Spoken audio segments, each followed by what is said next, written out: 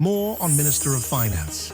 Marinka Gums on the draft National Ordinance, stipulating the budget for country, St. Martin for the service year 2026. ECYS Minister clarifies reports on school gym closures. Peru earthquake, 7.2, quake strikes, just 6 days after 8.8 drill.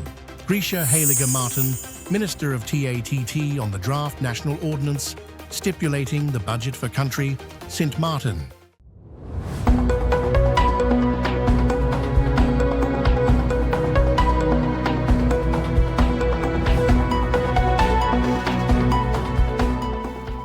From the island of St. Martin, this is SXM Daily News for August 21st, 2026. Minister of Finance Marinka Gums on the draft National Ordinance, stipulating the budget for country, St. Martin for the service year 2026 at the House of Parliament. This slide provides a high-level overview of the 2026 budget and the country's overall financial outlook. For 2026, total revenues are projected at $646 million, while total expenditures are budgeted at $636 million, with a projected budget surplus of $11 million. This positive outcome reflects our continued commitment to fiscal discipline, responsible financial management, and maintaining a balanced budget while addressing the needs of our people. I would also like to clarify a small discrepancy members may notice in the figures presented.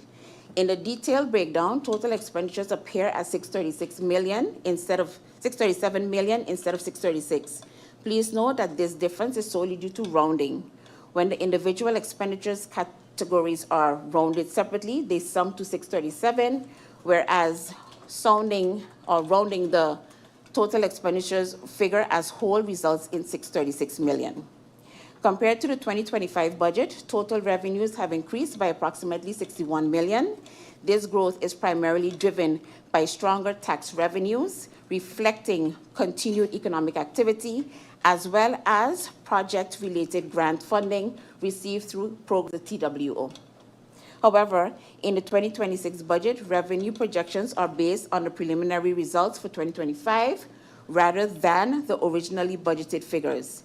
The actual preliminary figures as it pertains to revenues for 2025 are $565 million, resulting in a difference of $82 million. My apologies, $82 million. Revenue has been calculated largely as a percentage of GDP, providing a consistent and macroeconomically aligned framework. However, certain revenue categories do not follow this approach. For example, license revenues are based on individual applications and approvals rather than broader economic indicators. Similarly, a significant portion of other revenue is derived from funding requests that have been submitted or are expected to be submitted, making it unsuitable for estimation using GDP percentages due to the absence of a direct correlation. The same principle applies to concession fees, which are determined by specific agreements between the government and government-owned entities, and therefore cannot be reliably linked to GDP-based calculations.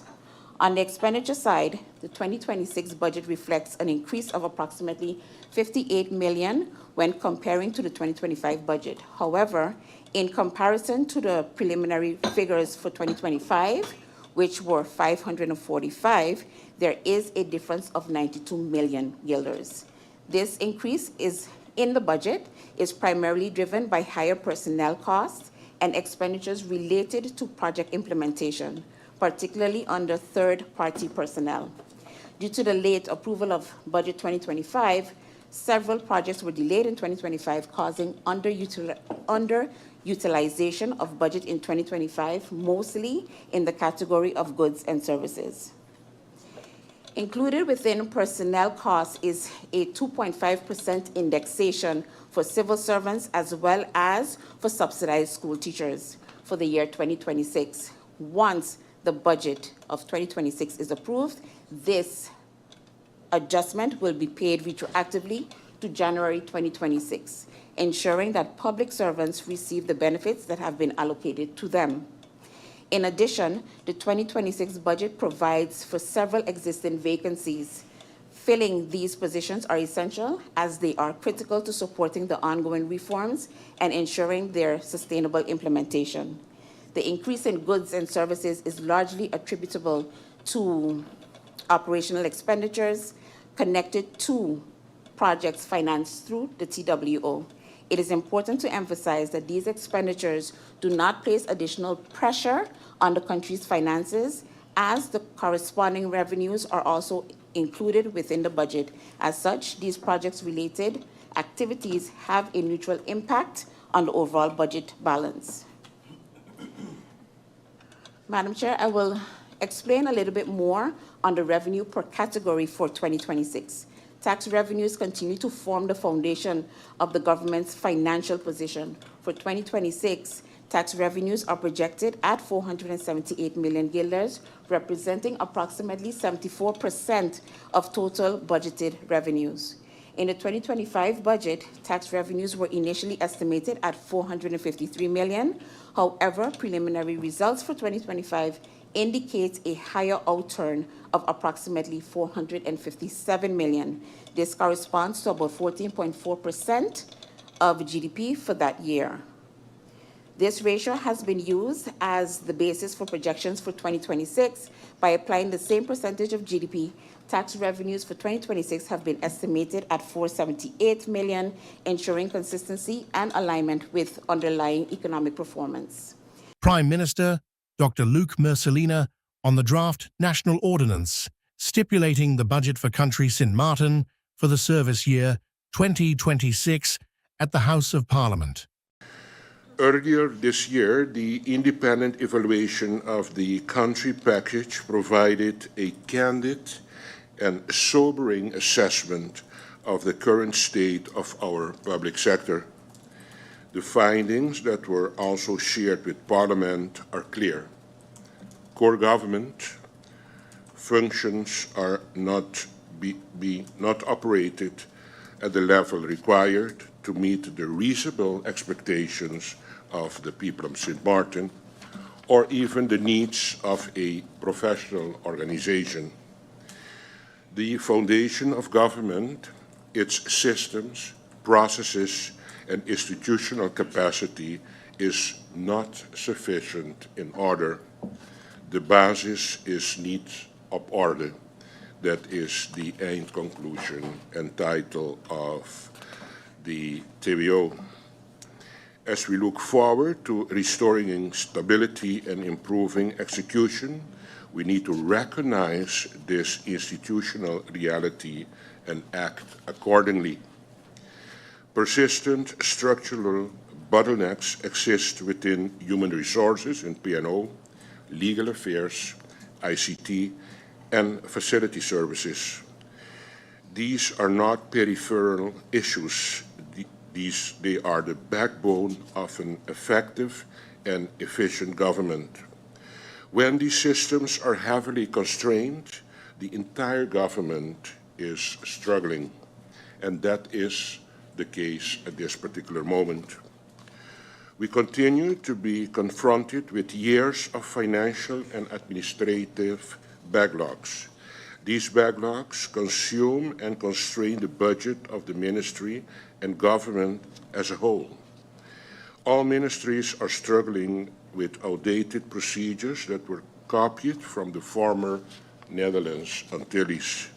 There are significant capacity gaps, and internal operations are at this particular moment inefficient. This places an increasing burden on the functioning of government and directly affects the quality and reliability of public service delivery. Let me be clear, this is not just a matter of financial resources. It is about governance, it's about discipline, professionalism, and the ability to improve execution. It is about ensuring that government functions more efficiently, transparently, and in the service of our community. Madam Chair, this is not a message of pessimism. On the contrary, it is a call to realism and a call to action for the future. The challenges we face are complex, as for years government lingered in a transition mode from island territory to country status. Now, after 16 years, it is time for clear priorities. The sustained effort needs to take place, and above all, cooperation between ministries, cooperation with Parliament, and cooperation within the Kingdom. This is the only way for the government of St. Martin to establish and anchor its foundation. We need to get to the basis of order, and this is exactly what this administration is focusing on at this particular moment. Step by step, we are restoring stability and improving execution by bringing in new talent, positive energy, and a stronger focus on cooperation, organizational structure, and administrative compliance into the ministry. Under the daily management of the newly appointed Secretary General and his executive management team, we are setting clear priorities and improving cooperation with and outside government. Crisis measures are being put in place for critical shared services such as facility affairs, P&O, and legal affairs, and the recruitment for critical positions has been intensified. This will enable the ministry to address the major financial and administrative backlog, as well as the long-standing organizational challenges, such as the function book of the fire department or outdated HR policies and procedures. But most importantly, it will allow the ministry and the organization as a whole to look forward with a renewed sense of optimism about the future. Grisha Heilige Martin, Minister of Tiat, on the draft National Ordinance stipulating the budget for country Sint Maarten. To Sweet Swaliga St. Martin. Madam Chair Lady, before I begin the substance of this presentation, I want to make a few brief opening remarks to provide context for the work we are presenting today. Not all progress is immediately visible. In government, we often judge by what we can see. The project completed, the legislation passed, and the service delivered, and rightfully so. But behind every meaningful result is a process that begins long before the public sees the outcome. When I resumed responsibility of this ministry on May 3rd, 2024, we began laying the tracks for the changes we wanted to achieve. And there is an important distinction between putting something in motion and bringing it to a final destination. Responsible execution requires research, a sound legal foundation, proper funding, stakeholder consultation, procurement, implementation planning, and often coordination across government with external partners. Much of what happens behind the scenes. But it is precisely that work that determines whether a policy or project can succeed and whether the results can last. And that brings me to what I believe is captured in the reality of Tiat quite well. The little engine that could.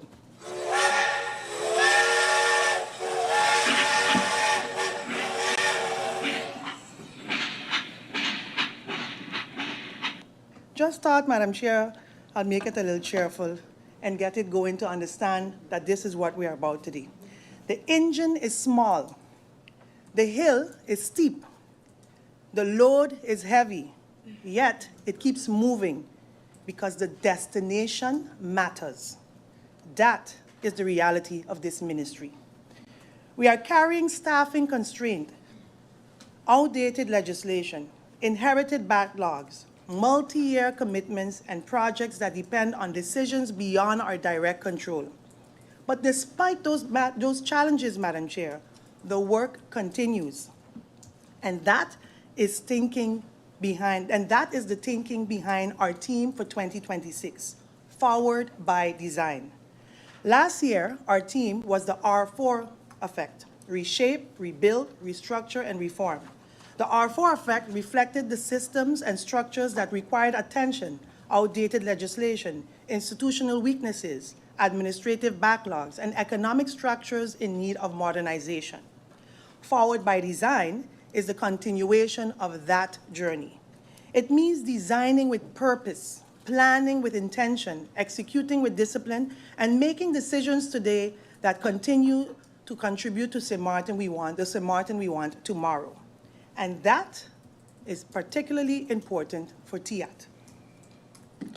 We have the responsibility of protecting and strengthening the principal pillar of our economy, while simultaneously creating the conditions for new industries, new investments, and new opportunities to emerge.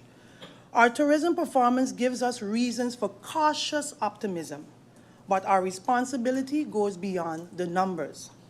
The real question is how we translate economic activity into economic opportunity that people can actually feel through better conditions for business, stronger regulations, improved connectivity and transportation, responsible investment, diversification, and opportunities for the next generation.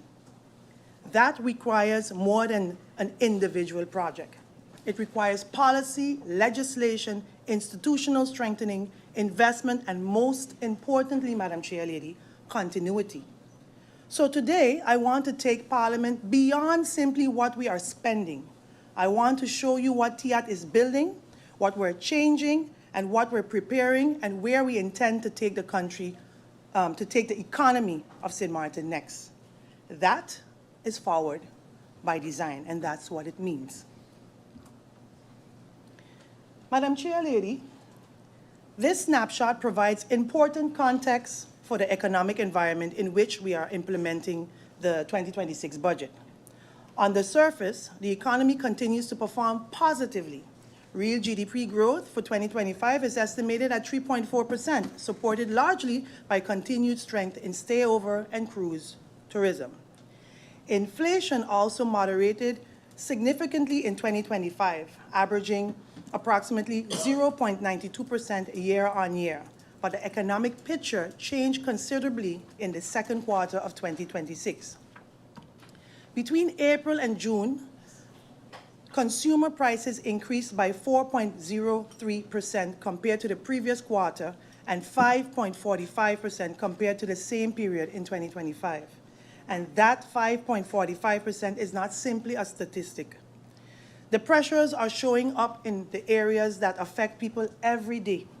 Gasoline prices increased by 38.37% during the quarter.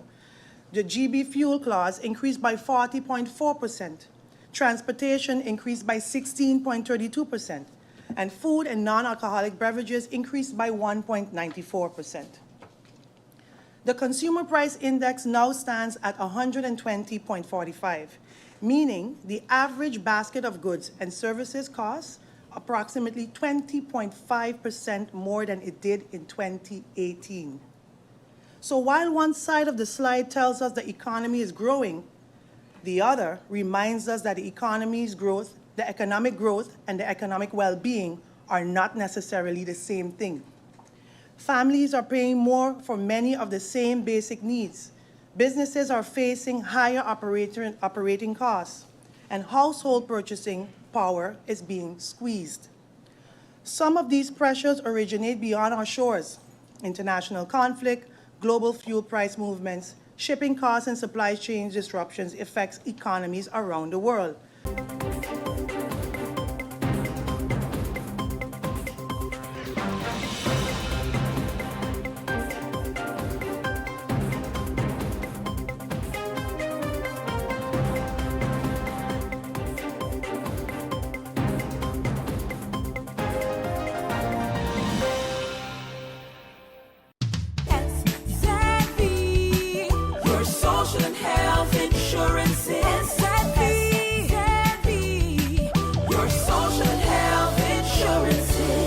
Are you SXM insured?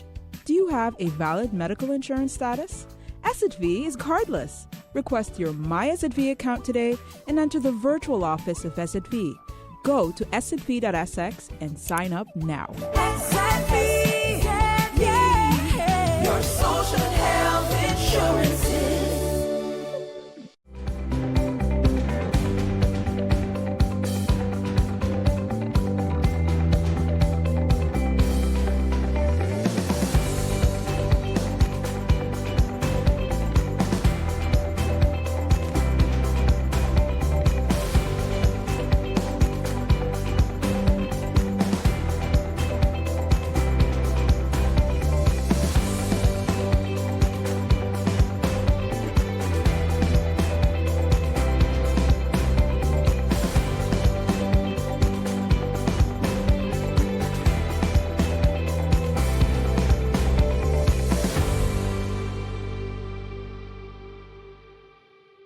the Minister of Education, Culture, Youth and Sport, Melissa D. Gums, took time to address rumors that several schools were not briefed about the pending closure of their gymnasiums.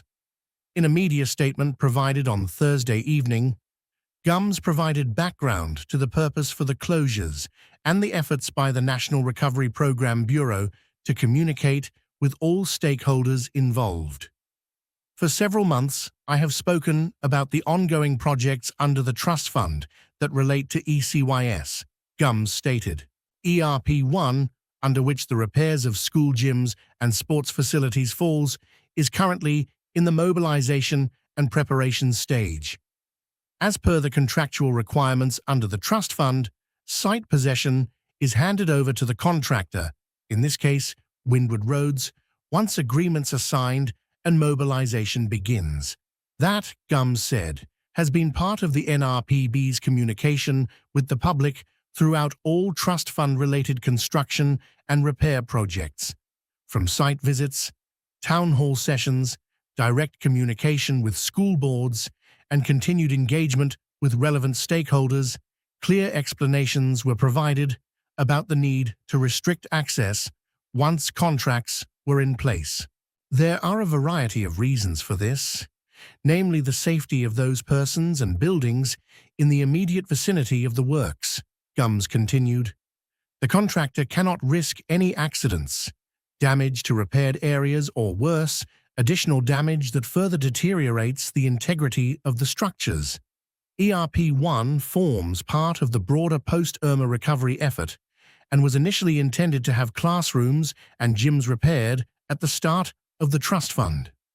Priority, however, was shifted to classrooms and direct school repairs, with the administration at the time preferring to secure the safety of the learning environment to normalize education following the storm's destruction. The school gym and sport facility repairs were therefore separated and delayed. Over the last year and a half, the Ministry of ECYS has worked diligently with the NRPB to move the projects along, resulting in the completion of the tender process and the handover of sites to the contractor, Windward Roads.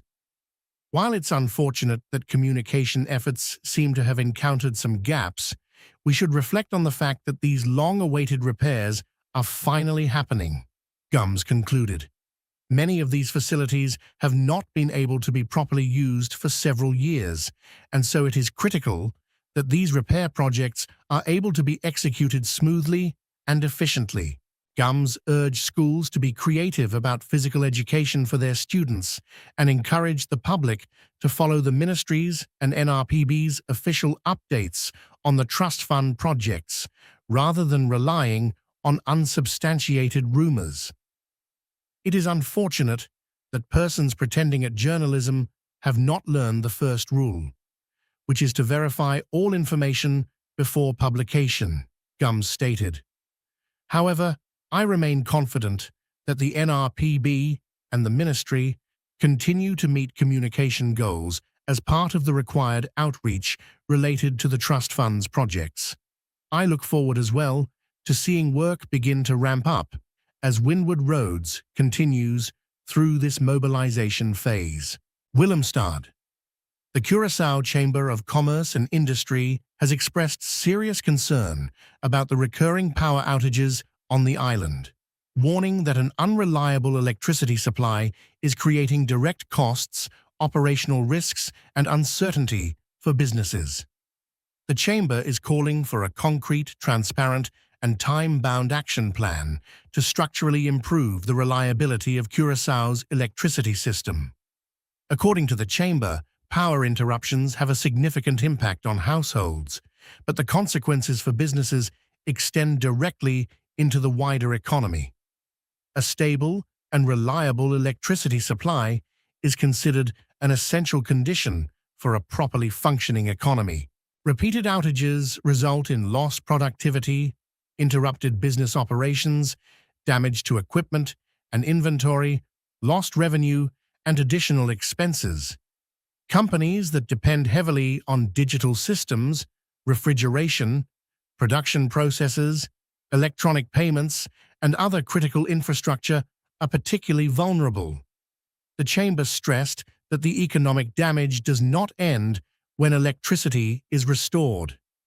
Businesses may still face lost working hours, disrupted services, missed sales, repair costs, and potentially permanent damage to equipment or inventory.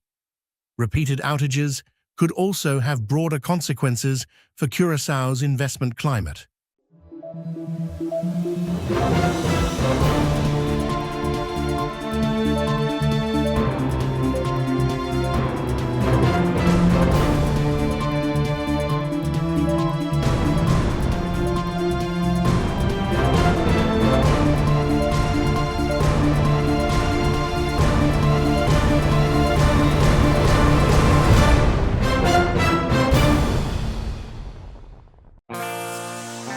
Now the local weather forecast today through Saturday midday. Hot and humid with variable cloudiness and slight haze. Isolated showers are likely. Surface winds. Today through Saturday midday. East-northeast to east with a gentle to moderate breeze at 8 to 15 Nupper Miami. Sea conditions, sheltered areas. Open waters, state, smooth to slight waves, swells up to 2 Pedroford. Outlook through Sunday morning. Partly cloudy and slightly hazy with isolated showers possible. And now 3 days weather forecast.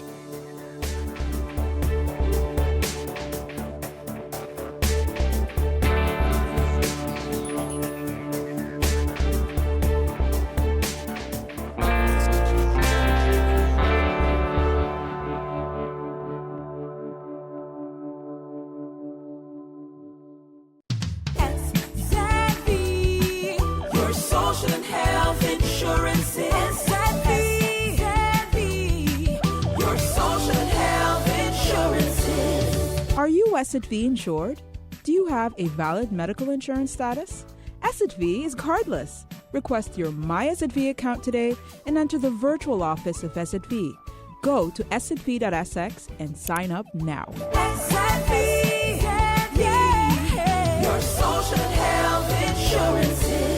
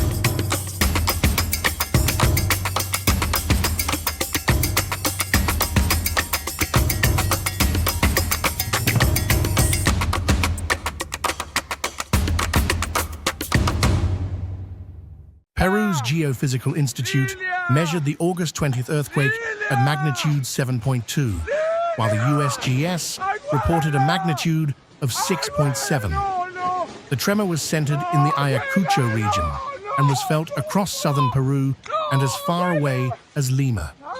Initial reports indicated injuries during evacuations, damage to homes, health centers, and a school, as well as rockfalls near Coracora. No tsunami threat was issued. Was the timing merely a chilling coincidence? This video examines the differences between the simulated disaster and the actual earthquake, why the quake's depth helped limit the destruction, and whether Peru's emergency drill made a difference when the ground began moving for real.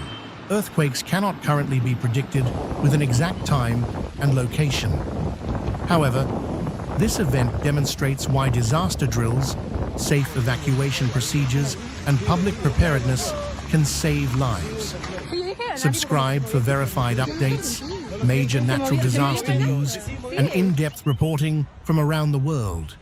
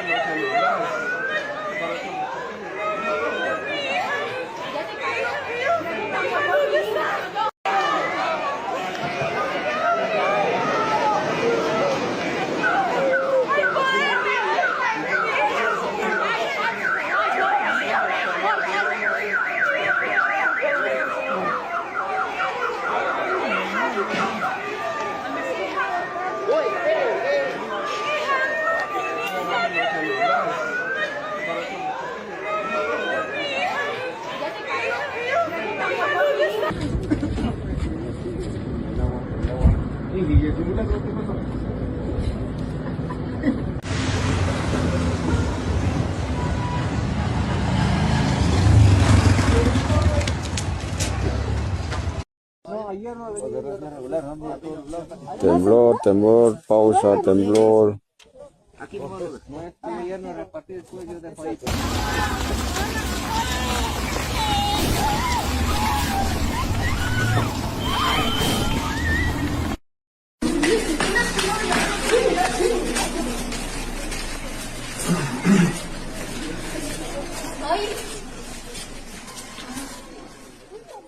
This is our SXM Daily Newscast. Thank you for joining us.